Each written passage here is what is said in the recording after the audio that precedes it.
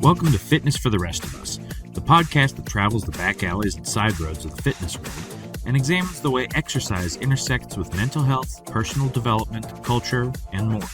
I'm Jessica Callis. I'm a social worker, peer supporter, power lifter, and nap time advocate.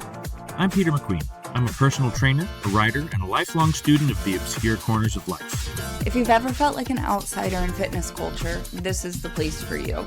We're here to celebrate all body types and fitness levels, helping you find what works for you. No pressure, just progress. All right, here we are again.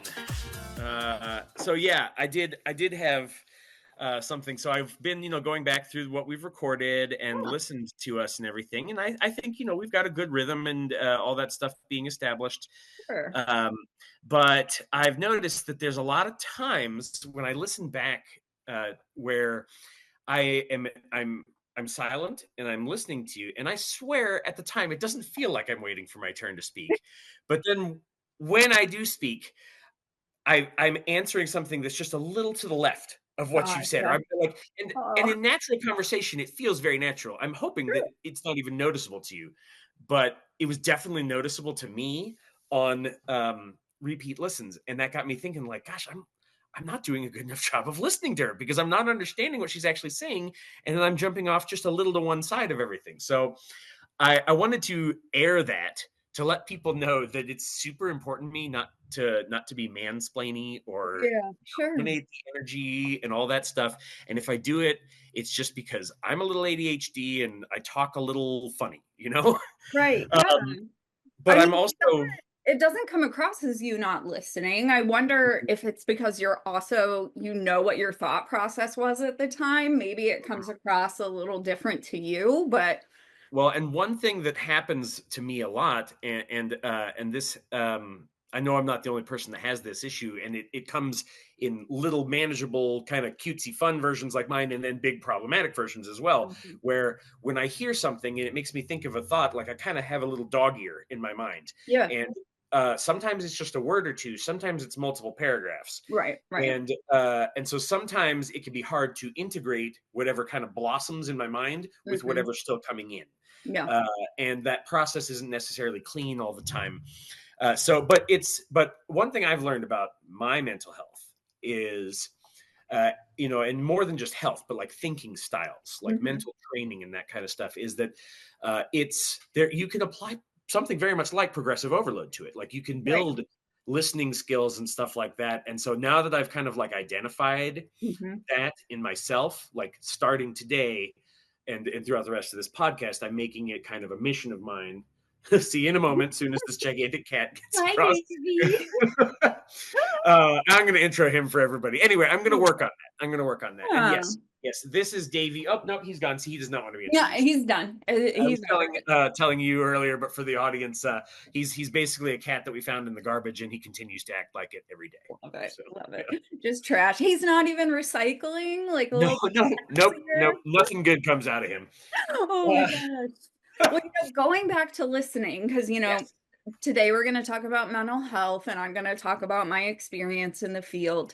We actually, in my undergraduate social work program, had one class that was learning how to listen to an individual, and then a completely separate class, it was like first semester, second semester, that was how to listen to people in a group setting. So it is something you have to practice. Like you said, it's kind of like progressive overload. You actually have to sit there and practice listening to people and how to make sure that you're either summarizing, you're springboarding off what they said, you're, Socratic questioning them afterwards. So yeah, it is a skill that you have to learn. I don't think anybody is a natural born listener.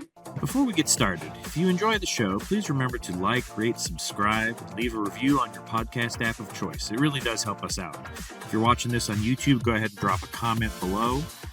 Also, remember to like, follow, and interact with us on social media. All of our links are in the show notes.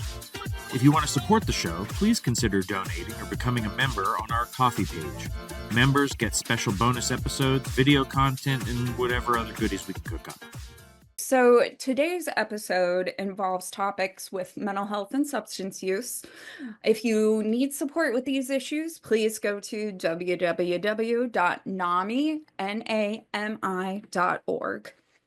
Mental health. It's important. It's a part of our physical health as well, which, we're talking about fitness for the rest of us. You have to have a solid mental health, mental health baseline in order to also succeed at fitness. There are a lot of people out there who end up with disordered eating, orthorexia, which is trouble with maintaining your balance of fitness. And so it's important for us to kind of deep dive into this. This is our introduction. We'll go into some more details in another season. Yeah, and we will definitely pick up on some more specific stuff for sure. Absolutely. But, before you can learn the details of mental health, again, you have to have something to springboard off of. And this is something as a current outpatient therapist that I do. At the very beginning of working with someone, we don't just dive right into how to fix the problem. We actually look at what's going on and provide some kind of psychosocial education on what the person is facing. Sure. With that, Pete, I know that you have a background with some mental health challenges. Do you want to share that with us? Yeah. Yes, I'd be delighted to share. So, kind of starting a little bit from the present and kind of working my way backwards. So I've got ADHD as a diagnosis, and I don't really know. I can't remember clearly if there's anything like in a chart somewhere about the type of anxiety, anger issue that I have faced, but it's definitely ADHD related. And so currently I'm managing it with Adderall, which was a reluctant decision for me that we may kind of talk about a little bit more. Yeah. And then I'm also on Lexapro, which helps me to, the way I explained it to my kids is really the best way. I say that Daddy has one pill that slows down the angry part of his brain and another pill that speeds up the nice part of his brain.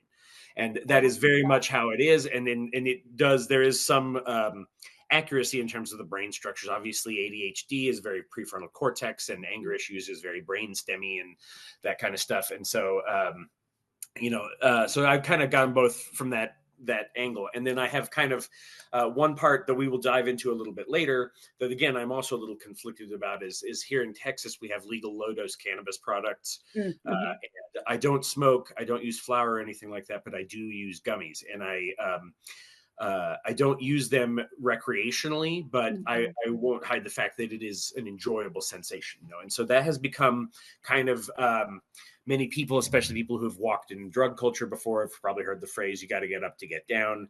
And this is my healthier approximation of that same philosophy. Like Adderall gets me in productive mode. And then cannabis, as the Adderall wears off naturally, cannabis helps me ease into relaxing family man mode. And I've told my wife that, I don't need it to get by. In fact, I have several days throughout my week where I'm productive all day long and I don't take it at all. But it takes me from being able to survive parenting to savor parenting. It really it enhances my enjoyment of the time I spend with my family, and particularly my kids, because kids are high stress. I mean, kids are wonderful, but nobody would disguise the fact that they will stress you out. And it helps me to be unburdened from that. So yeah, and then the slightly longer version of that, I mean, that's kind of everything most people that I would want people to know about me. But, I've struggled with something, in the neighborhood of ADHD my entire life. I was maybe 10, 11, 12, somewhere in there. And also my parents were hurtling towards divorce at the time when I was first diagnosed with what was then just called ADD. I don't think that's a diagnosis that they hand out anymore. I think it's more ADHD and then subtypes. And my subtype now is diagnosed as inattentive, which makes perfect sense. I have a very slippery memory. My working memory is just like greasy. I mean, stuff just slides right off of it, Right. So obviously that has underpinned some struggles in my life. And because ADHD has so much to do with dopamine dysregulation, I was very drawn to dopamine addictions. So for me, marijuana was the first one, which is part of why I had that reluctance to readopt that in a medicinal way, is because I didn't want to slide back into bad habits, and I've had to put structures in place to help me manage that and evaluate myself and let others evaluate me periodically and things like that. So, but yeah, so marijuana was the main thing for me in college. And there was also, some psychedelics in the use. I very luckily managed to steer clear of hard drugs. I never did cocaine. I mean, Adderall is really probably the most addictive substance that I ever put in my body, with the small exception of I did a little bit of painkillers and stuff. But luckily, I never knew anybody who had access to an ongoing prescription. I just never had access to ever get too deep into it. Right. So I was definitely spared in that way. And yeah, and then I always, I'm a bigger person and stuff. And I always kind of had a higher tolerance for things. And for a lot of time, I was, kind of trying to push the envelope on that, how high. Yeah. Fat soluble drugs. Yeah. Yeah. Yeah. And so yeah, I had a couple of bad experiences with that. I had a bad trip on mushrooms in the woods one time that was like, if you were writing a book or making a movie of my life, it would be like the midpoint scene, where like shit shifts into a totally different gear. It was a really big catalyst for personal change, and it was still a recent memory when I met my wife. And me opening up about that experience was a big thing that we bonded over very quickly. The first night I met her, I told her about it, which was, I don't tell a lot of people, but you've never heard that whole story, I'm guessing. And so I don't think I have. Yeah. Yeah, it's and it's not that much different than the typical bad trip out in nature stories that you can, if you were to imagine what happened, you'd probably be pretty close. So but it was definitely significant for me, and it framed a lot of my self-improvement efforts from that point on, because I went into drugs thinking I was like, a knowledge seeker and everything like that. So, I had this very lofty, I had this very lofty perception of myself, and cutting a little bit loose from reality in a not so fun way helped to humble me out of that mindset. And that was kind of the beginning of my trajectory back towards a healthier and more balanced lifestyle. I mean, it took me the majority of my 20s to actually like rebuild from there. And I remember it was literally right when I turned 30, I had a moment where I kind of was like, like I could breathe, and that like decade's behind me. Yeah, exactly. And I reshaped my 30s that way. And then now I'm in my 40s, and things have very much continued to, build back and to build bigger. And I've made myself more capable and more healthy and that kind of stuff. So that's, I could probably talk about my journey forever. There's a lot that I'm leaving out, but that's the broad strokes, I think, to, see where I started and where I've arrived. Yeah, definitely. And I think, the reason we're sharing our stories is it's really important to understand, first of all, nobody's alone. Everybody's had some type of struggle, whether it is with drugs or even just a period of anxiety or grief, things that are considered more temporary than an ongoing underlying condition. Yeah. And so I think I don't mean to cut you off, I'm sorry, but one thing I want to add there too is that there's a lot of people who struggle with this kind of stuff at a subclinical level. Yes. And that's one thing that I would love to, there's one thing I love about the way we're speaking about mental health in the current generation. We're so much more candid, and you can look at that and say like, oh, well, everybody's an armchair diagnostician and blah, blah. And that's a valid criticism sometimes. Sure. But also, I think if people can get a better handle on the clinical to subclinical divide and understand like that, these things are scalable, and that we all struggle with this at some scale. We may not need to be locked up or anything and stuff like they did back in the 50s, but like, yeah. Anyway, go on. I think that's a really good point, because there is a difference between subclinical, clinical, and then inpatient. So, the difference between subclinical and clinical level is that the symptoms of whatever mental health challenge or substance use challenge that you're facing is impacting one area of your activities of daily living. So you might feel anxious, you might feel a little down, but you're still able to accomplish everything. Wake up, take a shower, go to work.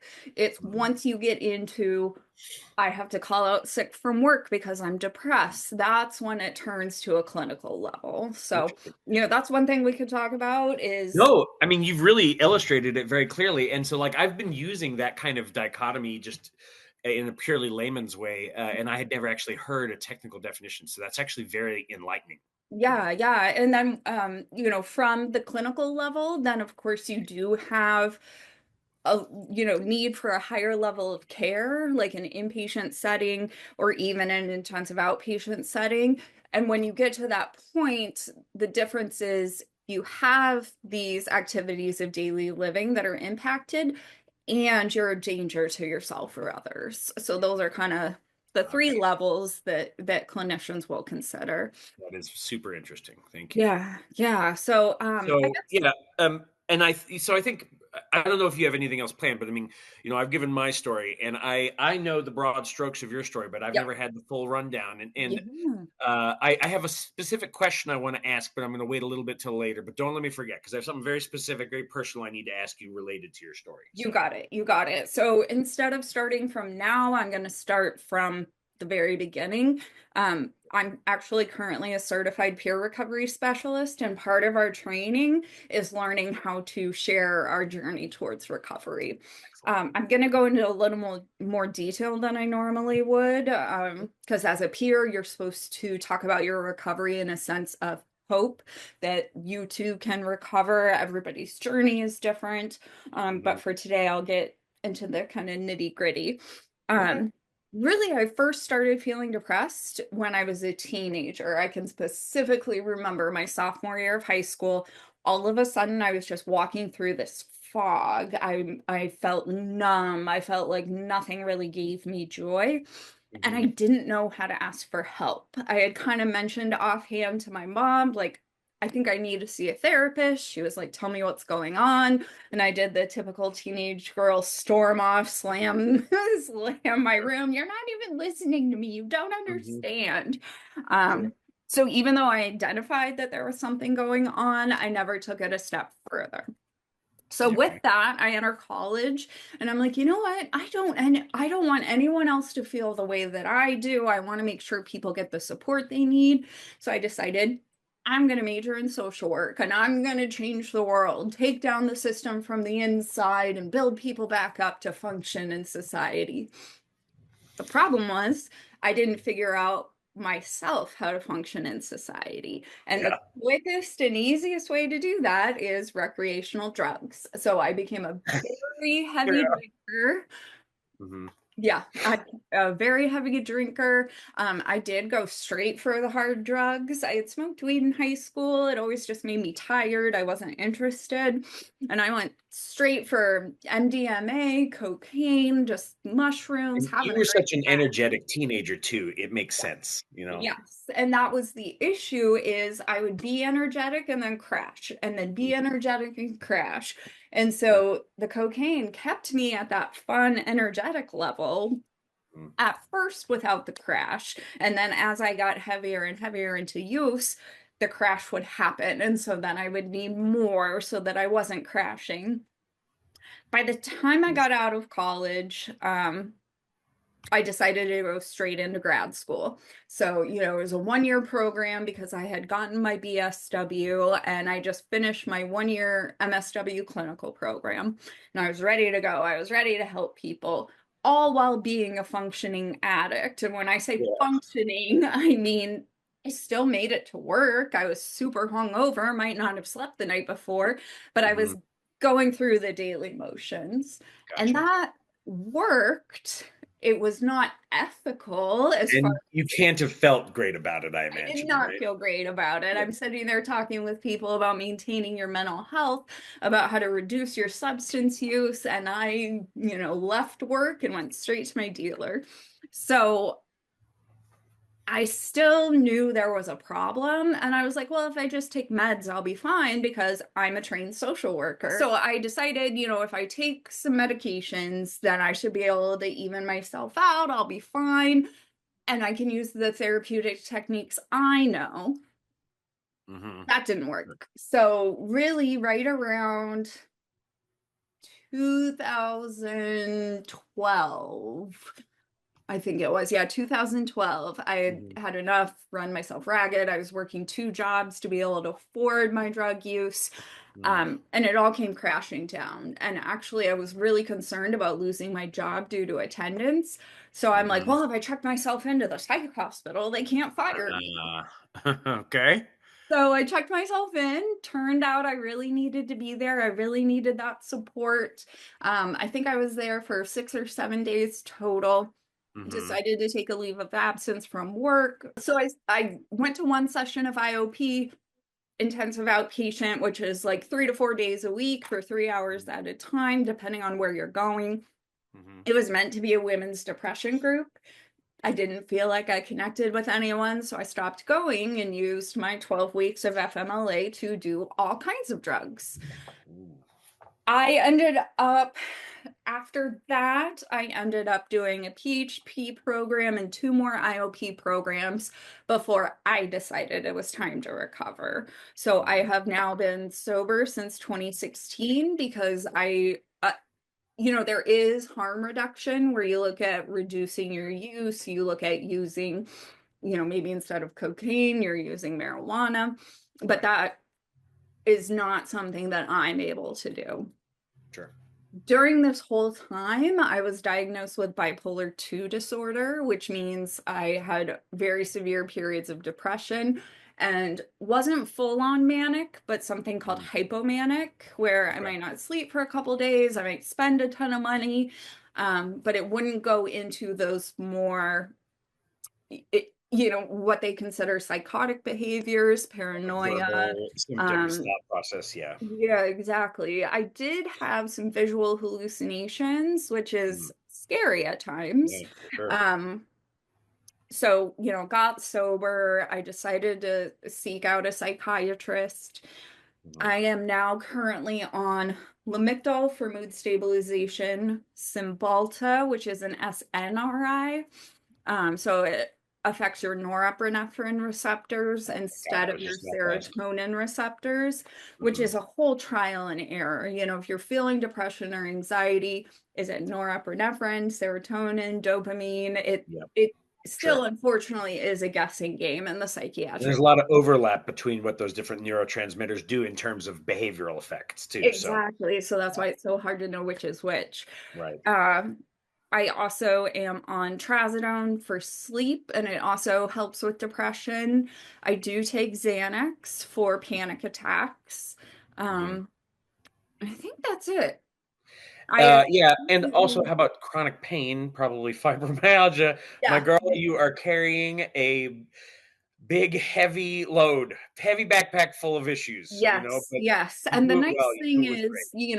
I was on Prozac plus Lyrica to deal with anxiety and depression and then the chronic pain.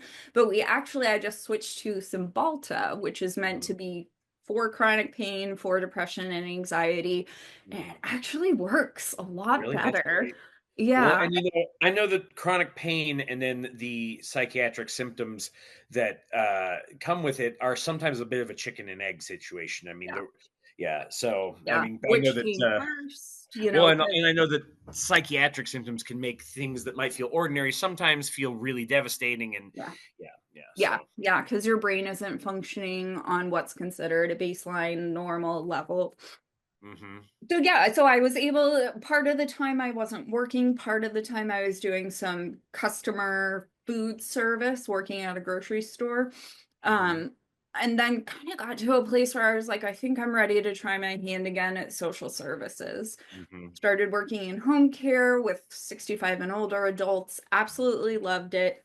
Wanted to return to the mental health field, still wasn't sure if I was ready. So that's when I found what's called a peer recovery specialist, which is someone who has lived experience either with mental health or substance use. And you share your story, you explore what someone's recovery path could look like, kind of walk beside them on that journey. I love that is a job that exists because, I mean, those of us.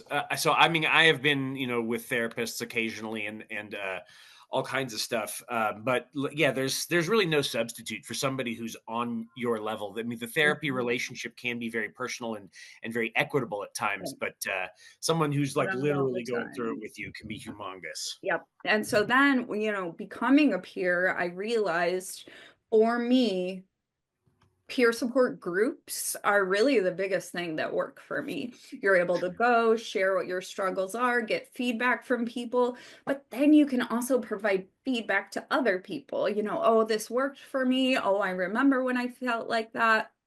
It's So more of it's a that give two-way and street. take. Yeah, that really I find meaning with. Yeah. Now I'm back to a place where I wanted to be right out of grad school. I'm working as an outpatient therapist.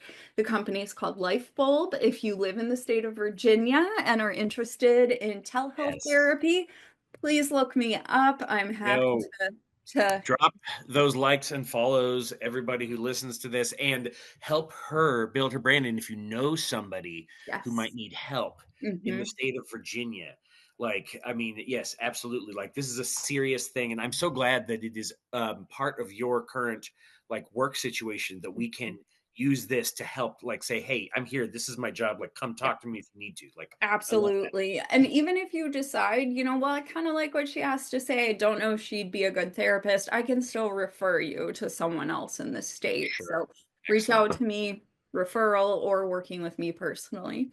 Awesome. Great. So So that's we've kind of, yeah, we've covered your personal story. We've kind of covered your professional story, kind of in part and parcel in there. Is there Mhm. anything else we need to touch up on before we kind of move to our next segment? I don't think so. Really, the only other thing about my professional career is my master's in social work is focused on the treatment of mental health. You Mhm. can kind of specialize in things. So, my background is really working with a population called severe and persistent mental illness, which are Mhm. kind of the big, big broad spectrum of bipolar disorder, schizophrenia, schizoaffective personality disorders. Mhm. That's my background. So I know here for a lot of my life, my mom was a social worker first, Yep. and so I mean, I grew up hearing that term, but it never really meant anything to me until older. I have a pretty good grip on what that is as a career now. But would you mind just for those of I would love it if there were young people listening who are maybe considering Yes. ads, and so Mhm. like just tell us what is as much as you can. What does a social worker do?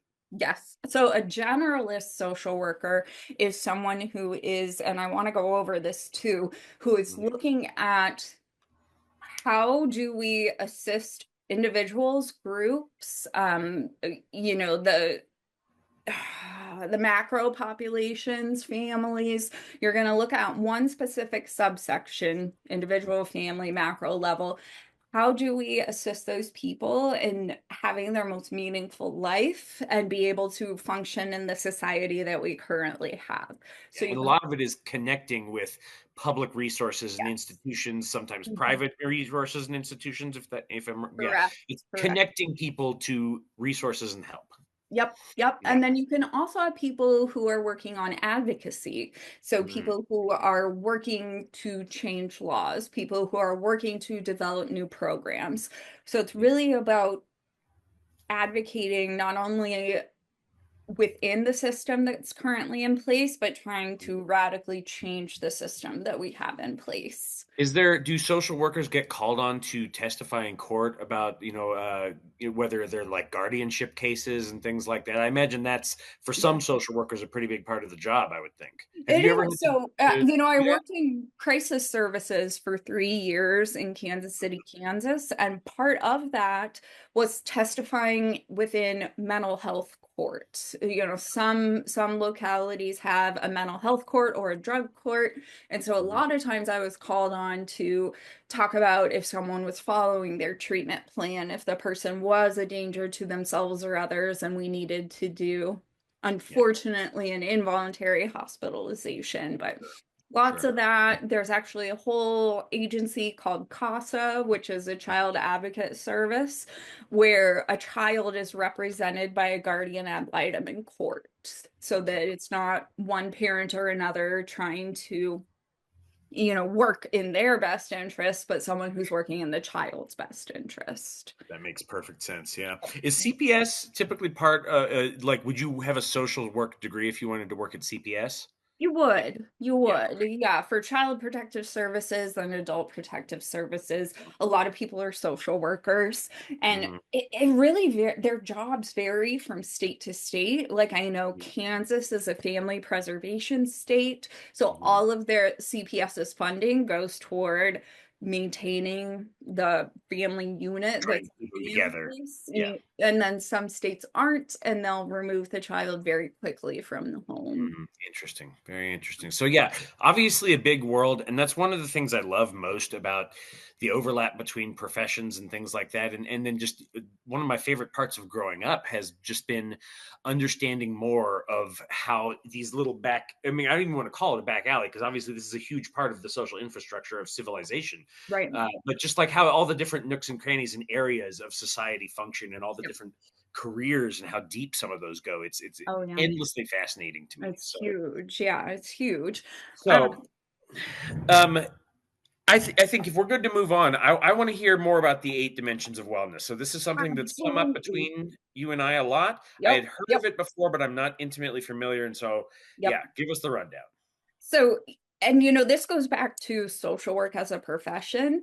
Mhm. Social workers were really the first kind of human service profession that realized you Mhm. can't just treat symptoms. You can't just advocate. You really need to look at the person holistically. And that's kind of the difference between psychology, counseling, at the beginning of those professions. Now everyone is kind of realizing, oh, those social workers, they were right. There Mm. actually has a lot to do with looking at a person holistically, looking at the entire person. Even So, medicine is catching up to that point of view, yeah, slowly but surely.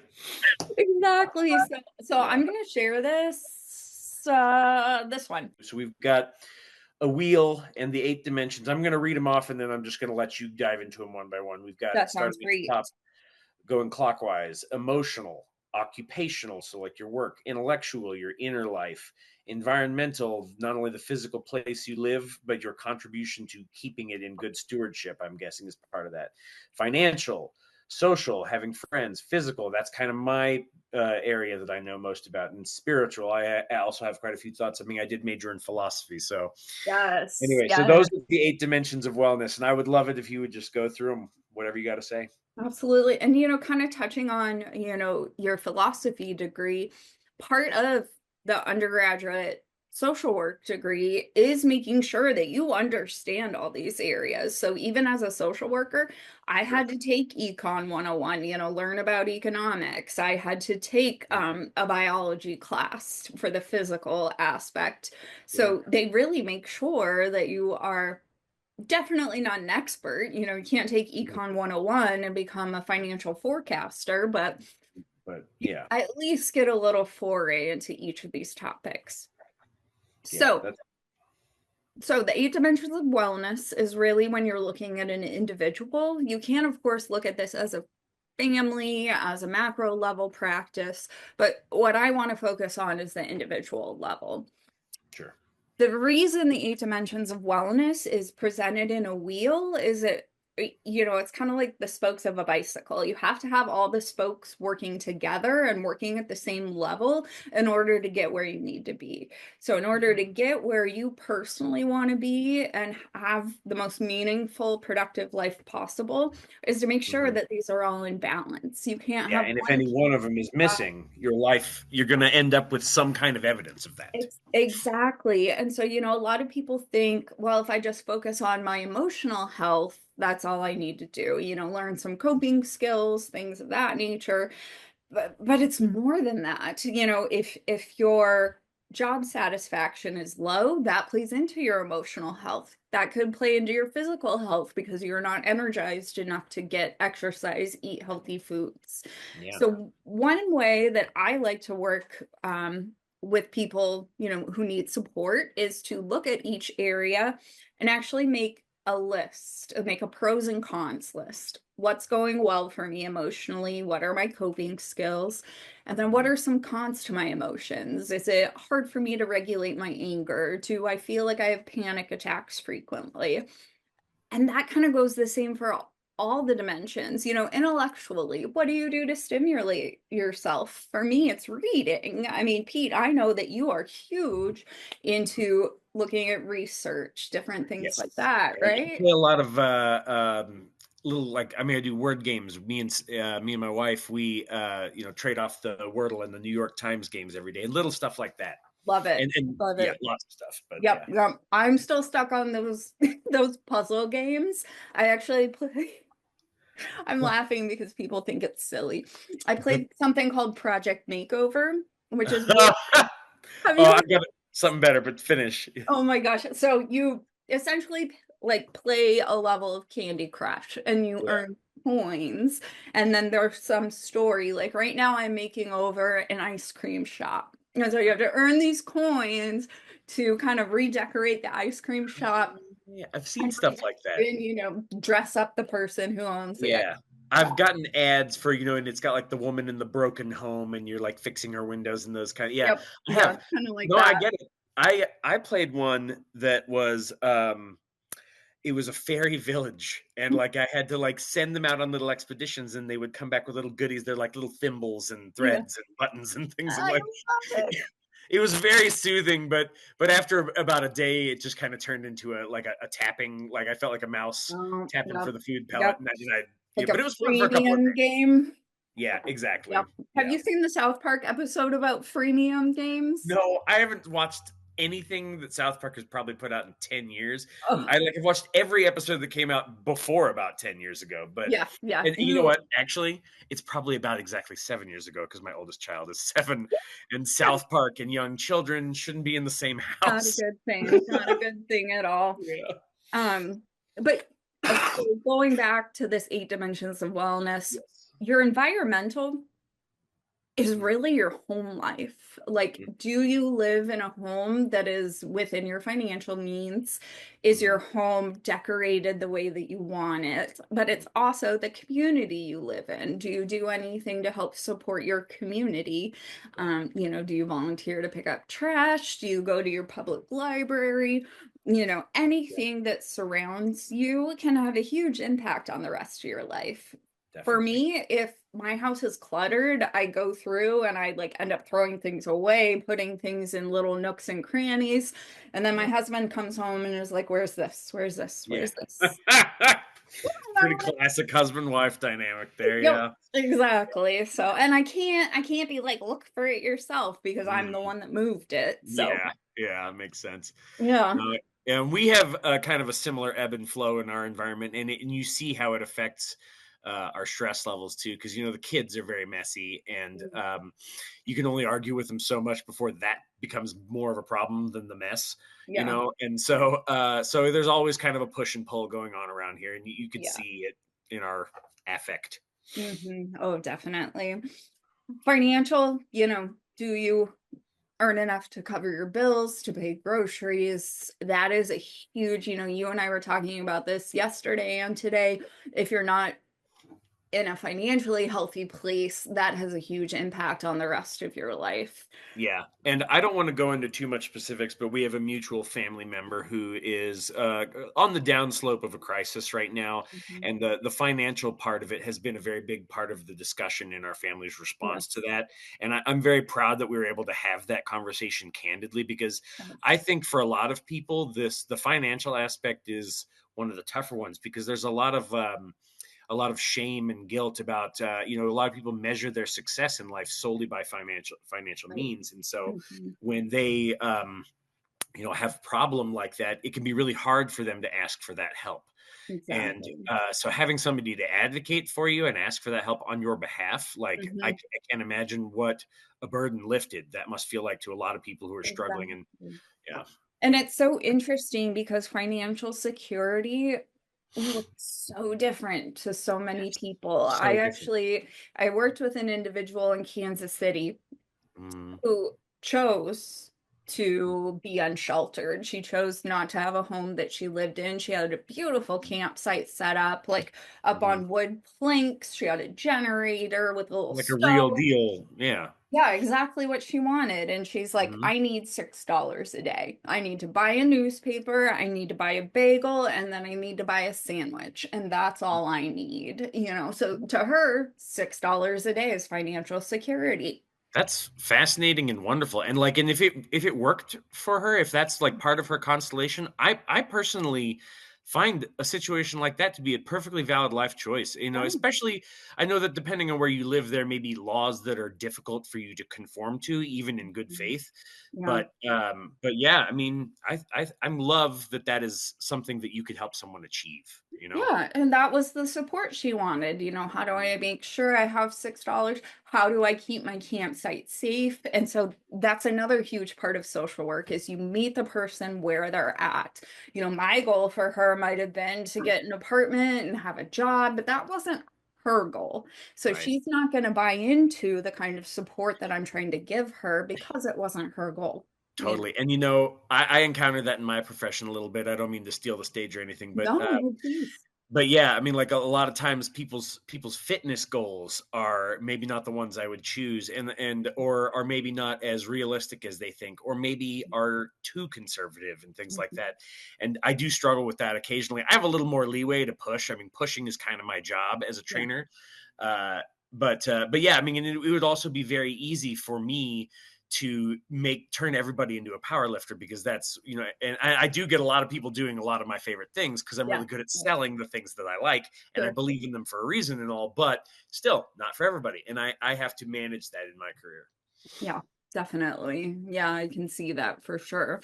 Which I love, and something that you and I both share in common is using motivational interviewing to help find, you know, what is your goal, what makes this your goal instead of something like this. So Yeah, we'll talk about motivational interviewing another time. definitely.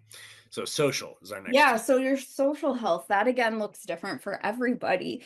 Some people don't choose to socialize with their biological family. That's completely appropriate. You know, my husband had a very negative experience growing up Hmm. and found that it is much healthier for him to have kind of you know, arm's length distance from his family. Sure. That can also be your friends. Mhm. It can also, what's really important for me, I'm an extrovert who is extremely introverted at the same time. You know, I'm one of they talk about that duality that's happening a lot with our generation, especially. Definitely.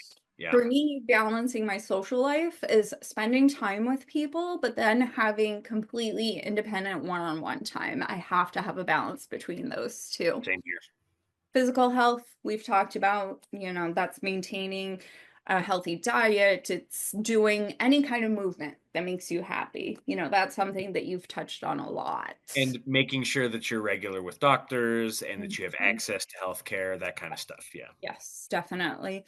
And as far as spirituality, it really means, have you explored your spirituality? Is that something that's important to you in life? And what does that look like? It doesn't have to be that you incorporate spirituality, but you know, for me, spirituality is connecting with nature, taking Hmm. a walk outside. You know, I actually, on our walking path that we take every day, there's a house that has sage growing as a weed in their front yard. So Love every that. time we walk by, I just grab a handful of sage, keep it in the house because it smells good. You know, I it's used to do the same thing.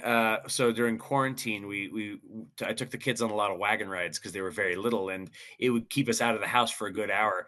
And we had a lot of wild garlic and wild onions growing in Arkansas, and I made pesto out of them. I made a curry paste out of them one time, and like a so bunch good. of other fun stuff. Yeah, and I actually got very into little. It's that is a cool way. We're kind of coming back to environmental a little bit, but like connecting with nature it was really great. It got me through COVID, you Yeah, know? absolutely. I definitely understand that. Yeah. Um, so So, now, you know, like you said, I had mentioned the 8 dimensions of wellness a lot. mhm. After looking at it, is that different than what you thought it would be, or is that pretty in line with what you were picturing? Yeah, no, that's pretty in line. And I had, like I said, I had heard of this before, but it was not. If it was something that was really in use in the psych classes and that industry at that time, it wasn't something that I was exposed to, and I didn't do very well in psych classes after we got past the basics. Yeah, It yeah. turned out that wasn't the path for me, so I really more just dipped my toe. I never took anything beyond like a 300 level class or something like Right. that. So I didn't get into the really deep stuff, but yeah, no, and I really do. I love this. This actually reminds me a lot of a kind of a mental health exercise I did a while back where I mind mapped Mm. like every interest and every project and every Yep. ambition and every skill set of mine that I could think of, Yep. and kind of how they and tried to start drawing connections and where the overlaps are and how one thing feeds into another and stuff. And some of it was a little arbitrary, how I kind of grouped and categorized things. And if you want to talk to the philosophy major in me, all of reality is a little bit arbitrary, but um, anyway, so yeah, so this is a really great model, and I did kind of arrive at something that is at least maybe about half of this. There's a lot of things that I Yeah. didn't consider, and I love that because yeah, this doesn't feel like it's really leaving anything out. Mhm. I don't know that there's any element of my life that doesn't at least fit somewhere in one of these Somewhere in there. categories. Yeah. And yeah, and I love that they're all scalable. I mean, like we talked about, the financial, how $6 was enough for that one person, and Yep. there's other people who $1 million wouldn't be even close to enough. Yeah, and exactly. and so yeah, so like even though it is unlikely that there's a lot of millionaires in social work offices, it goes Done to it all. show, yeah, yeah, but it goes to show though that the philosophy that underpins the profession Mhm. is universal. Even if you are not a person who would ever need to employ the services of a social worker, understanding the job that they do and understanding that that resource exists, even Mhm. for those of us who do have means to manage most of these areas ourselves, sometimes it's just a matter of knowing what numbers to call. You know what I Yeah. mean? And Yeah. like, I didn't even know that this program existed. Turns out that's something I could really use. I never would have even thought Yeah. to look for something like that. And so Exactly. people who know their way around society is an incredibly valuable skill. Yeah. So Yeah. very Yeah, cool. because it's a whole nother world when you're looking at the social service programs and what options are available. And Sure. I want to go back to what you said about the mind mapping. Mhm. This is just one presentation of what the 8 dimensions of wellness can look like. Sure. Use it in whatever makes sense for you. If it's mind mapping, if it's journaling about it, whatever Mhm. makes sense to you. Really, like I said, the way that I like to utilize this tool is making, a plus and negative column for each one. But then Yeah. I also like to rate it on a 1 to 10 scale and say, on a scale of 1 to 10, where's my occupational health at? And, right now it's pretty high. It's at an 8 right now. Sure. And I like to go through and just make sure that kind of, not everything is going to be perfect all the time, but that there's at least a balance. And then if Yeah. I, get to my social and I'm like, oh, it's at a 1 right now, then that's what I focus on Yeah. first. And that's useful too, because yeah, I mean, I'm in a chapter of my life where things in the occupational domain are really ramping up. Things are going very well, but it is dominating a lot of my energy, Right. and I need. It's good to have this structure there, so I can just periodically take a look in the metaphorical mirror Yep. here and be like, am I really in as much balance as I should be? Am I maybe heading for something bad if I keep moving in the direction that I am? And how can I pull back without necessarily pulling away from something that's going well? And like using that as a tool. I feel like, and we have some kind of stuff that we can't really advertise just yet, but another possible long-term kind of project that we could at least be peripherally involved in that kind of looks at how a model like this Mhm. works for people who are not at the point of needing social services, for people who are above that threshold, and Right. for how they can not only use this kind of framework as a tool to get themselves up to surviving, but also beyond to thriving. And I think that also kind of mirrors what I was saying about the clinical and subclinical divide. And I see Mhm. that a lot in, excuse me, in physical fitness, because a physical therapist trains somebody up to being able to manage their activities of daily living, and then a personal trainer takes stuff beyond that to being able to thrive and have the health that you want to have and do the activities you want to do recreationally and do the stuff you need to do, in your occupation or whatever it is. And so yeah, like understanding that all these things scale and that there are different professions that dig into each one of these. Obviously a doctor is for the physical, and a priest or even to some lesser extent, peer supporters are part of the spiritual and part of the social. And then there's social workers, kind of the eyes in the sky that kind of make sure that every piece is, and so it all makes a ton of sense. And like you said, the social worker is the eye in the sky, and that's why so often they're in case management occupations. Yes. It's because they are looking at everything as a whole, may not be, an expert in every single one, but they're at least paying attention to all the aspects. And there is a sort of shadow expertise in being not an expert, but a generalist, that itself is, it's often perceived, I think, as not being an expert. I mean, you've heard jack of all trades, master of none, of course, and I've walked through a lot of my life feeling like that. But it's recently that I've learned that coordinating a shallow level of knowledge in a wide variety of subjects is also an extremely useful skill. Absolutely. It absolutely is. So I'm going to stop sharing this for now. Sure. Yeah. And I think we're probably ready to move on. We had talked about maybe some statistical evidence with fitness and nutrition and stuff, but why don't we save that unless you have something you really are eager to dive into? Not right now. I think that would be a really good, if we do something around neuropsychology and looking at fitness, I think that would be great. Yeah, and I probably have some things I would love to add to that conversation. So that sounds like, I mean, I'm mentioning it now because it makes it kind of a good teaser for a future thing. I think diving a little bit deeper into the relationship between what I do and mental health and kind of how you see the outcomes related to that. I think that could be a meaty episode of its own. So yeah, let's move on. And so I want to talk about different kind of views on recovery, because that's what kind of framed both of our understanding of, our own wellness, was moving out of one situation that was destructive and moving into something where we can flourish. And so kind of give me your overview on the different views out there of recovery. Yep. So one of the most important things when it comes to substance use challenges is detoxification, or even just stopping drug use in any kind of form. You have to be the one that makes that decision for yourself. That has to be a personal choice, and you have to be ready to make that choice. You have people all around you who can support you. Doctors can help with any detox symptoms, AANA. There's also Smart Recovery, which uses more of a cognitive behavioral structure. That's my favorite tool, and we could even talk about that in another episode. But you have to be ready to make a change, and that is the very first step. Even before you decide what kind of change you want to make, you need to realize if you're ready for that change. And so what we look at in the clinical world is actually what's called the stages of change. There are actually 5 different stages of change. This shows a 6th one. But like I said, you really have to go through and be ready for change. There are a lot of different levels of change, and there are different interventions that we can use at no matter where you're at as far as your substance use.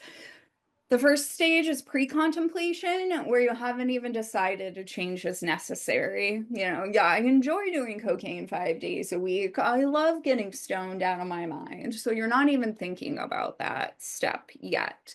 That's when you want to make sure that you're sharing information about how negative substance use can be in your life. Really just looking at raising awareness. The second stage of change, and feel free to jump in anytime if you have anything you want to add. Once we get through all these, I actually do have a kind of a large overview thing that I want to add related to this. Okay, perfect. The second stage, of course, is contemplation. You might just be starting to think about a change, but you're not ready to commit to any kind of action. You're still uncertain or ambivalent about making this change. Then you get to stage 3, which is determination. You've decided you want to change, but you're not taking action yet. It's really important to identify different strategies during this point. Like, do I need to go to inpatient treatment? Am I going to be able to do this on my own? Do I need to seek out another support to help me? Sure. And you're going to start taking action. You might have decided to do a medical detox program. That's really important as far as opioid and alcohol withdrawals because there are a lot of physical side effects, tremors, seizures that come into that. Mm-hmm. It can also be as simple as deleting your dealer out of your phone, making sure that you're blocking that number, deleting it. I even Deleting the want porn to, stash, which is something that I did. I had to yeah. go through at one point. Yeah. Yep, exactly. Right now I'm gonna try and stop using nicotine. That's kind of the last thing I want to take out of my life as far as substances. So I held on to that one the longest too. That was like you got to whittle your vices away one at a time, and that was the last one to go for me. and Yeah. that's actually common practice. Even in AA, they tell you not to try to stop smoking until you've been sober for a year. Yep. It's actually just as difficult to quit nicotine as it is opioids because your brain has two specific receptors, one for opioids and one for nicotine. They're actually nicotine receptors in your brain. Yep. Everything else just kind of hits the pleasure center. But because of those two specific receptors, there's nothing that can replace that. If you're a big drinker, a lot of people try and substitute high sugar foods, but there's nothing that can replace that. So you're taking those action steps, you're building your support around that. Once you feel like you've gotten to the place that you want to be, then you go into the maintenance stage. What do you need to do to maintain yourself? Do you need to keep going to meetings? For me, it's talking with people anytime I feel, an urge or any kind of craving. I just talk to people about it. It is also important to prepare for any kind of recurrence or relapse. You need to have that plan in place. And so this model is showing that as, the 6th step. What happens if there is a recurrence? Yeah. And one thing that was a struggle for me to overcome in my own. So I didn't mention this earlier, but I did also struggle with porn addiction, which is dopamine driven, very on brand for me and everything like that. And I guess that was probably actually the last vice that I really let go. But no, there's a lot of conversation around like, okay, if you have a relapse plan, are you planning to relapse? You know what I mean?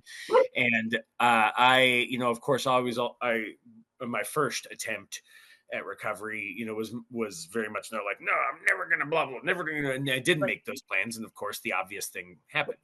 And and it was a struggle for me and the people that I was in touch with during my situation there to whether or not making a relapse plan is valid. And I ended up doing it, and it didn't end up serving me well. I mean, it wasn't a magic bullet that solved everything for me, but and my views on all that with respect to porn specifically have evolved over time. But I was very happy to have gone through recovery culture with that particular issue. It's got a lot of, in the way that they speak and act about it, it's obviously got a lot in common with like gambling addiction and sex addiction, but it is a milder, less destructive form of kind of that sort of thing, just because so much of it happens in private and there aren't as many obvious physical effects, and it doesn't attack your 8 dimensions of wellness in as obvious of a way as like sex addiction, which can attack your physical health, and gambling addiction, which attacks your financial well-being. Right. So it was a little bit less obvious, and so some people treated it funny, like it's strange to bring like the big guns in, like social work tools and stages of change and that kind of stuff. But I've been through some of it, and I'm glad these stages of change, we actually use these. It comes up in certifications a lot for personal trainers, because adopting a new exercise activity help, and that was kind of the broad thing that I wanted to tell you about, bring up. But I mean, pre-contemplation is someone who doesn't know that they're unhealthy, and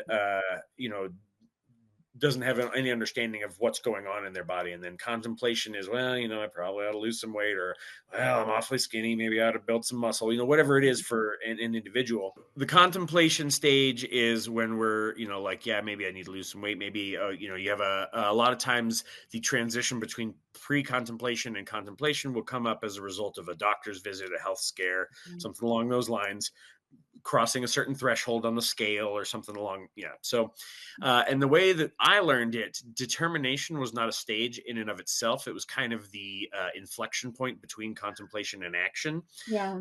So that's another way to think of it. And yeah, action obviously is when you are starting to take, physical steps towards whatever your goal is. And then maintenance is the long-term stage. And so I learned it as a 4-stage model with kind of relapse as kind of a footnote, Right. which is still, that's a terminology that we do use in the fitness space. Not very often, but if somebody were to go through a dramatic weight loss, be healthy for a year, and then another year after that have regained the weight, we might speak of that as a relapse. Yep. But the other thing that when I learned this model, I immediately made this connection to the 4 stages of competence. Are you familiar with the 4 stages of competence? Yeah. Yes. So that was something that my dad got, I assume, from business guy culture, and that he taught to us. And I have actually found it very useful. I used to use that. I used to structure, when I was a novelist, I structured stories based on the 4 stages of competence, except rather than the character picking up a skill, it's a character making an emotional sort of turn. And so, like, the 4 stages of competence are unconscious incompetence, where you are unaware that you lack knowledge. And then there's conscious incompetence, where you realize you have something to learn. And conscious competence, where with concentration and effort, you're able to perform a skill up to a certain standard. And then unconscious competence, where you just shit excellence. And, it's yeah. So yeah, and so I would use that a lot in stories, and I've used that with respect to exercise too. I mean, it's not something that I do a lot of like writing about or track in that particular manner, but it does frame my thinking on a lot of stuff, because skill acquisition is a huge part of what I'm teaching people. Oh yeah, exactly. It's just all very specific, all purely physical. So, yeah, great model. Yeah, it definitely is. As far as when you're ready to take that action stage, for addressing your substance use, it's also a lot similar to your physical health and your fitness level. You need to decide, what does that look like for you? Are you going to be completely sober from all mind-altering substances, or are you going to practice something that has a lot of research to back it up, which is harm reduction? Like, let's say you are an IV drug user, so making sure your needles are clean every time, making, is there a way where you can look at the milligrams and slowly decrease or the number of cc's that you're using?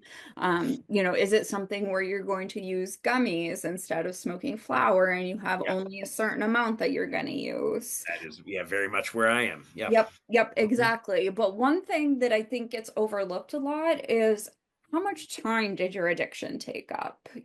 For me, it was, gotta get in contact with the guy, gotta wait a couple hours for him to be ready, gotta go drive him, gotta go to the ATM, go to the ATM first, then drive to that person, then get back home, do whatever ritual you have right before you start using, and then the act of using itself.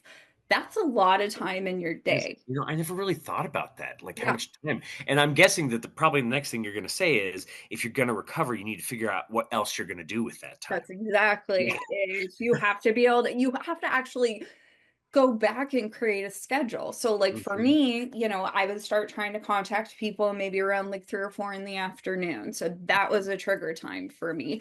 So 3 to 4, even break it down into 10-minute increments, 3 o'clock to 3:10, I'm going to practice deep breathing, 3:30 to this time. That's my favorite TV show, but actually scheduling in a life outside of the addiction. Yeah. And one thing that kind of comes to mind when you said that is those tiny increments and stuff, and thinking of it on that granular level. I think one thing I struggled with, because I also came across this idea that you need to fill this space in your life with something else, or you're going to relapse. And I think where one of my struggles in recovery was that I ended up filling so much time with recovery activities that too became a pain point. Mhm. And so I had to evaluate my readiness to let go of certain recovery behaviors and maintain those things without that, so that I could reclaim that time for more, activities that promoted my flourishing rather than just getting me back up to survival levels. And so kind of the thing that I've seen a lot of people go through is they enter into recovery, they've got all this work to do, whether it's a 12-step manual or whatever you're doing, the Mhm. smart manual, smart check-ins, things like Mhm. those. Like, there's this nervousness of like, God, I'm gonna have to do this the rest of my life. This is Yeah. such a pain in the ass. And it's important to realize that while some people might do that stuff for the Mhm. rest of their lives, some people may need that, some people may want it, they may benefit from it, but not Mhm. everybody has to. Right. And so, like, I this is similar to how I pitch personal training to prospective clients, which I try to do in the least pushy way possible. But one thing that I say is that, like, don't think of this like you're taking on another utility bill. Think of this like you are financing a nice piece of furniture, right? Mhm. Like, it's going to cost you a little more for a little while, but it's going to last you for years. You're going to be glad you had it. Yep. Yep. And that's the same way as it, like, investing in really rigorous recovery work early on in your journey. It's an Mhm. investment in the longevity of your journey, Yep. Yep. and It you don't have to do it absolutely. forever. No, no. And like you said, some people might. I know someone who is actually just hit his 50-year sobriety mark. Wow, that is really impressive. That It's cannot be a long amazing. list of people in that group. That's No, amazing. not Like, a long and so list, many people but don't get that help until they're, right. older. Yeah. Right. And so what he does is he goes to a Saturday morning AA meeting, goes out to breakfast with everybody afterwards, but that's kind of his one recovery And activity. it's meeting his social needs too, Yeah. obviously. And that's Yeah. another great thing about the gym environment, is that Mhm. when you view it as like a dimension of wellness and approach it with almost that recovery mindset, Mhm. like, yeah, you end up filling your social circle with gym people, and that Yep. upgrades the level of people you're around. You're going to do the things that Mhm. they do. And then, like, again, I mean, I'm making connections here.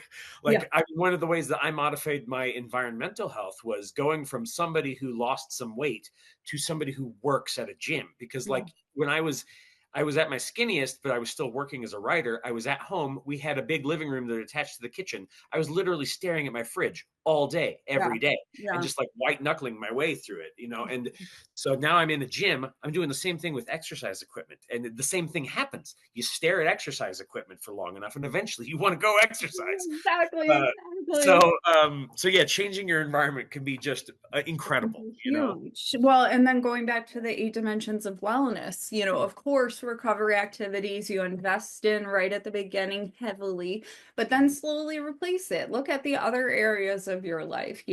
Was spirituality important to you before you started using? Would you like to go to church on Sundays? I- are your finances out of control because you used yourself into debt, which was me. I had a 420 credit score.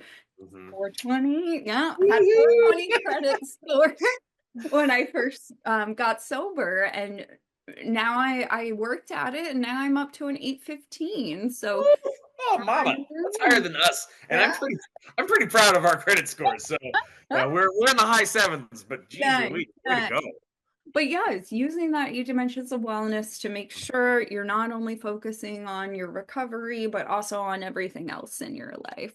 Awesome. It's All right. also, you need to find a way to keep yourself anchored to the present. Like you said, is it always in your mind that relapse is a possibility? Mhm. It's a possibility for everybody, no matter what you're looking at. And so you need to practice mindfulness, keep yourself in the present, whether that's minute to minute, hour to hour, day to day.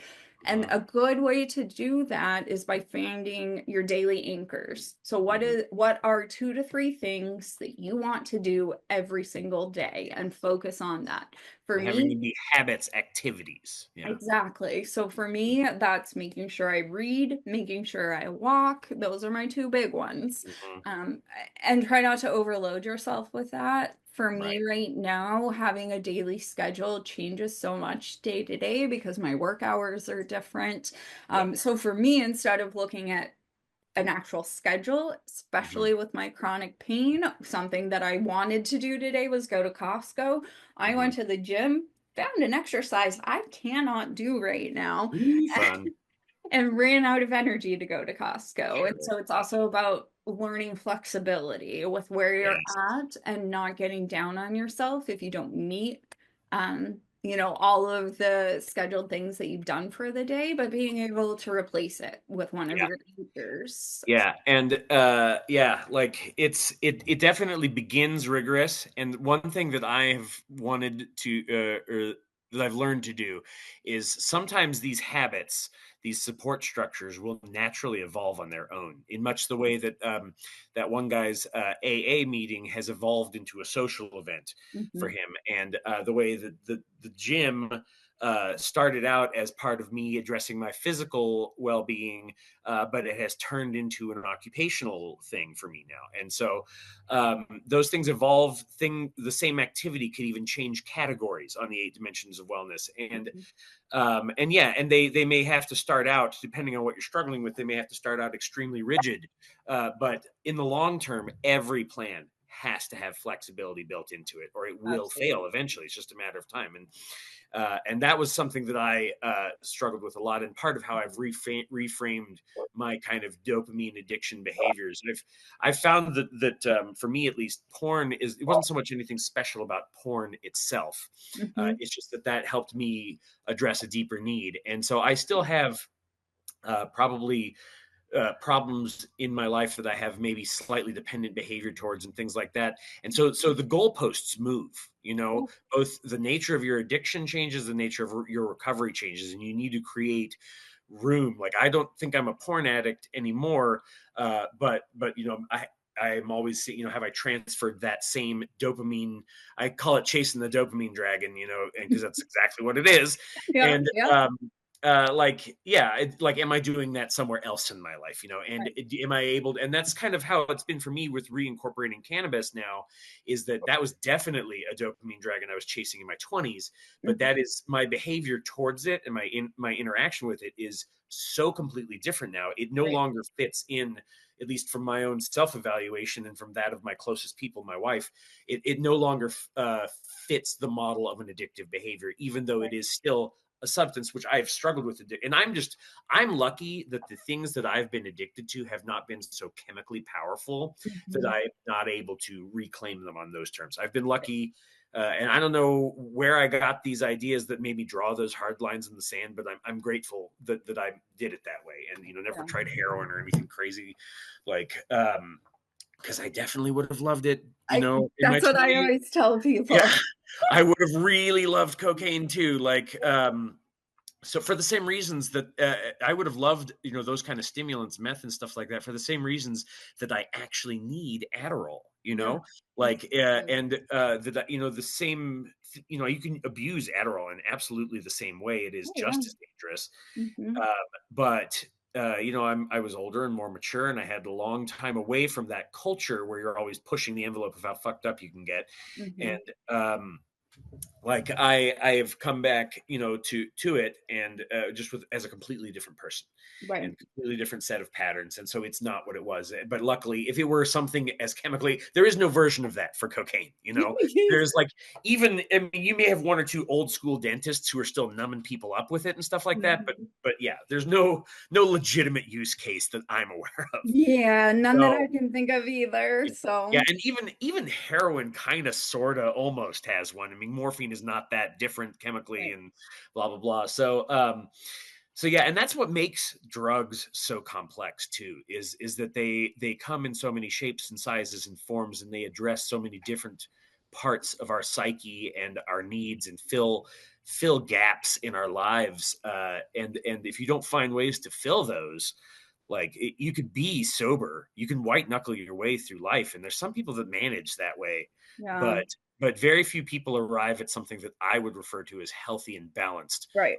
Yep. filling those areas with other Yeah. things. Yeah. It has a term for that. You're a dry drunk. You Dry still drunk, yeah, always- yeah, makes sense. yeah, kind of going along with what you just said and what I mentioned earlier about harm reduction being a not necessarily new concept, but a more widely accepted concept is, Yes. benzodiazepines are a drug that's commonly abused that can be very dangerous. Mhm. But for me, it actually benefits my mental health, and it's Sure. something where it is not impacting my activities of daily living. It is not something that is replacing an addictive behavior from my past. And just like you said, with the way that you're using cannabis now, Mhm. it's something where you can still achieve your most meaningful and purposeful life possible and still use a substance that people consider addictive. Right. I mean, and I think in the long term, I am hopeful that the culture around what are now illegal drugs does evolve in that way. I mean, I think we're starting to see the beginning of that with recreational cannabis being legalized in several states. Mhm. Obviously, the political climate that we have right now may disrupt that process, but long term, I think that that's the direction that the arc of history is bending. So we'll get there one way or another.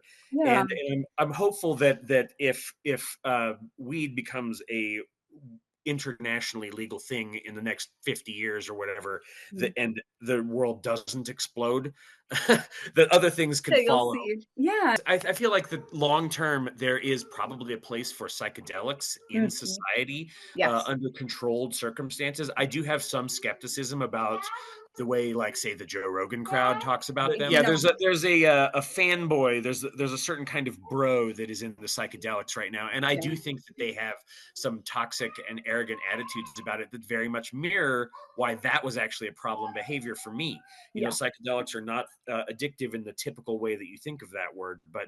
but I definitely had some toxic behavior around them, and so that a lot of that's still out there. But then again, that already is a shift of the goalposts in the right Mhm. direction. It's not where I Yes. want us to end up, Yeah. but I do think that over time, we will realize that there are substances, and if you don't drink water, you die. If you inhale water into your lungs, you die. The dose makes the poison, Yep. and just because something is poisonous at a very low dose doesn't mean it is completely useless or evil. It just Right. it needs to be understood and Mhm. controlled.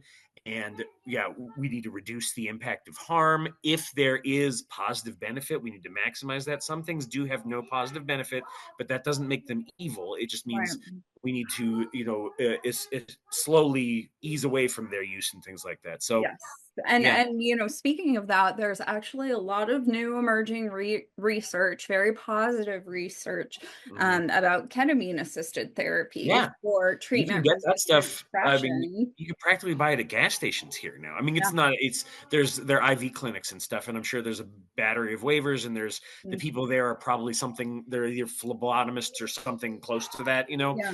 Uh, and so, but yeah, perfectly legal, not really that expensive. Yeah. And yeah, I am also personally just based on my own. I have never used ketamine, Yeah. but on my own understanding, I am a little bit skeptical of that one in particular, but purely in an academic sort of way, not in any sort of Sure. Yeah. moralizing Right. sort of way. Yeah. Yeah. I mean, we've been talking about, the fact that this is mental health is complicated. We've really focused in on substance abuse more than anything else. And because that is how mental health comes into the discussion for a lot of people, because Yeah. substances are out there. Peer pressure is a thing that happens. Almost all of us get exposed to it at some time. Yep. And, but there's so much more for us to talk about. And no matter what people's struggles are, like, there may not necessarily be a cure for everybody. Not everything even really needs a cure. A lot of things need more acceptance than fixing. Right. But there is room for improvement for everybody with everything. Yes. Like there's always and we say progress, not perfection, Yes. and or we say no pressure, just progress. That's our little tagline. But there's that mentality applies to everything. I have a final thought. I want to give you the floor first, though, and either tell me a poignant story from your personal journey, from your professional journey. I want to hear a hopeful story of some kind. Take your You time. know, uh, this doesn't really apply to everybody, but I was working with someone who was court ordered for treatment, which meant every 3 months we had to go in front of a judge in the mental health court and say, yes, this person is meeting with their case manager. Yes, this person is seeing their therapist. Yes, this person is taking their medication as prescribed. Sure. his goal was to come off the court order. That was his goal. He's like, I want to do this on my own, but I don't want to have to go see the judge all the time. I don't want to have that hanging over my head, because if we found out he stopped taking his medicine for 4 or 5 days, we could Mhm. send him to the hospital. So that's a huge stressor to have over your head. Yeah. He not only, after a 6-month period of being on the court order, you graduate from mental health court. He was able to do that. He managed to, through a supported employment specialist, find a job that met his needs. He wanted to be a pilot, but what we started with, this was when I was a supported employment coach. We found a job where he was at the airport around Mhm. pilots, but was a baggage claim handler, so he had that introduction into the job that he wanted, and actually found that he loved it so much that he was like, I don't want to go to all that school and get all those flight hours. I can be around the planes, I'm around people. So he not only got off the court order, but he found a job that was meaningful for him, built a community with his Yeah. coworkers, and still found that medication was helpful to him. That's So amazing. And that reminds me of something a good friend of mine told me when I was trying to be a writer. Is he said, when Einstein knew he wanted to be a scientist, he went and got a job as a patent clerk. yep. Like he got the most entry level job in that industry that he could, and that's how I framed my foray into being a professional writer. Was like I just get something in there, Anything.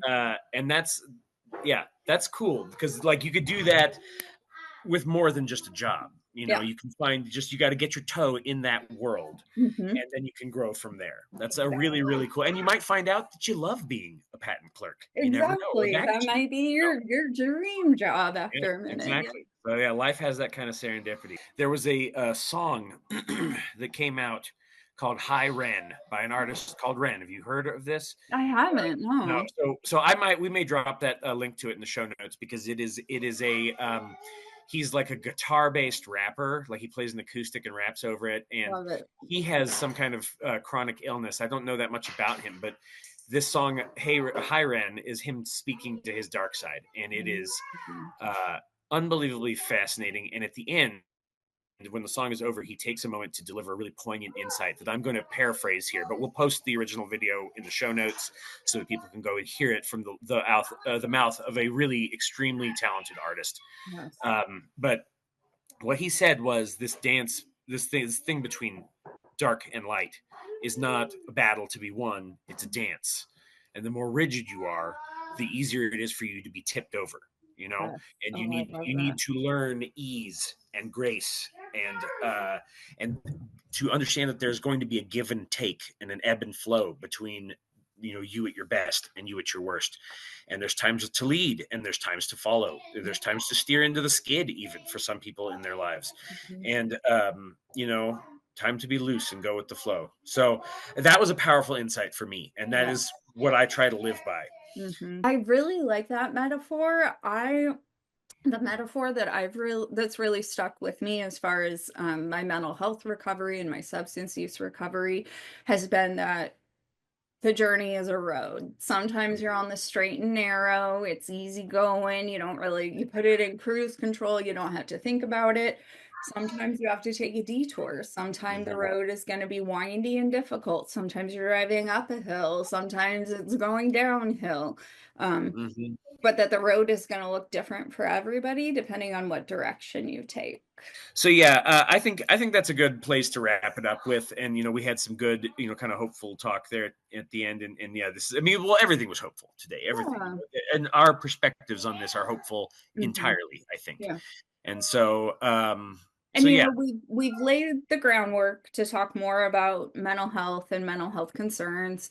Mhm. I really wanted to talk more about substance use because I Mhm. think that's a good place to leave it. I think mental health is something that maybe isn't mental health recovery isn't talked about as much as substance use recovery, because the thought in the past has been lock people up in an institution. Deinstitutionalization didn't happen until the 1980s, actually under the Reagan administration, because they didn't want to pay for state hospitals anymore.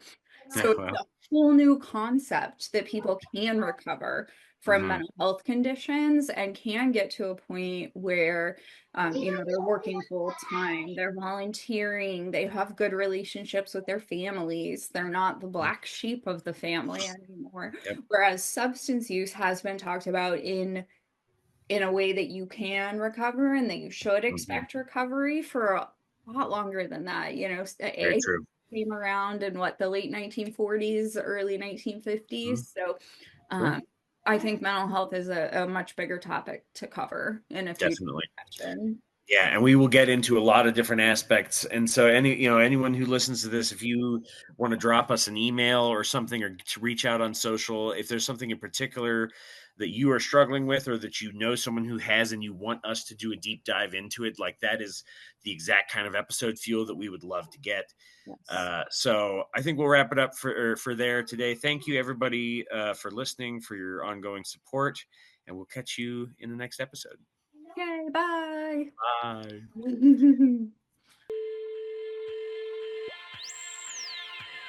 Thanks for listening to the Fitness for the Rest of Us podcast. Please remember to like, rate, subscribe, drop us a review, and connect with us on social. Please also remember that we are not medical doctors or registered dietitians. We're not even really experts.